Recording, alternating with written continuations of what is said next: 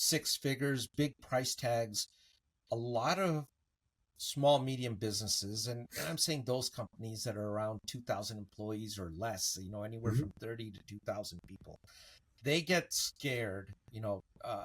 There is an anxiety about the amount of spend that, or perception about the amount of spend that would be required to build a robust cybersecurity program that does defense in depth.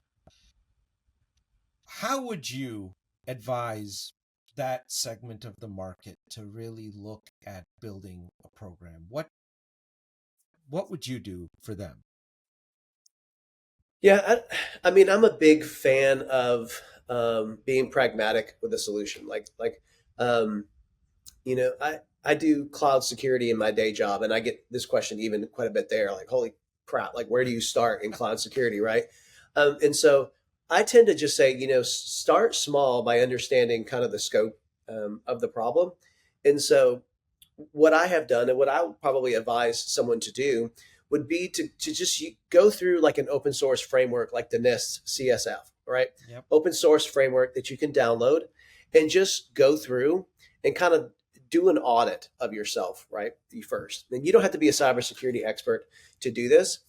And just kind of understand what you have in place and what you don't have in place. Because most likely, if you're starting a security program from scratch, you're not starting security from scratch. Like your Linux admins probably Yep. have a decent security posture going on. Those guys, are pretty smart usually when it comes to that. Your Windows guys are likely using like Defender, and they got the firewall set up. You probably have some level of Level of security. Yep.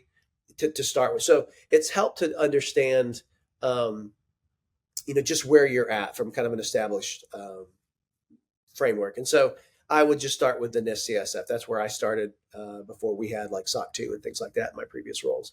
And then once you kind of have that filled out to kind of understand where your gaps are, then I would start to know to look at like where's my biggest risk, right? So, is my biggest risk um, my data, like if I'm maybe a small healthcare company, but I've got some patient data or I have some PHI, like that's going to be where you're going to focus your time and money. And how do I take the framework that I just looked at and look to secure that, right? Don't try and secure everything at once, but just kind of take it, find out what's the most important thing for me to secure.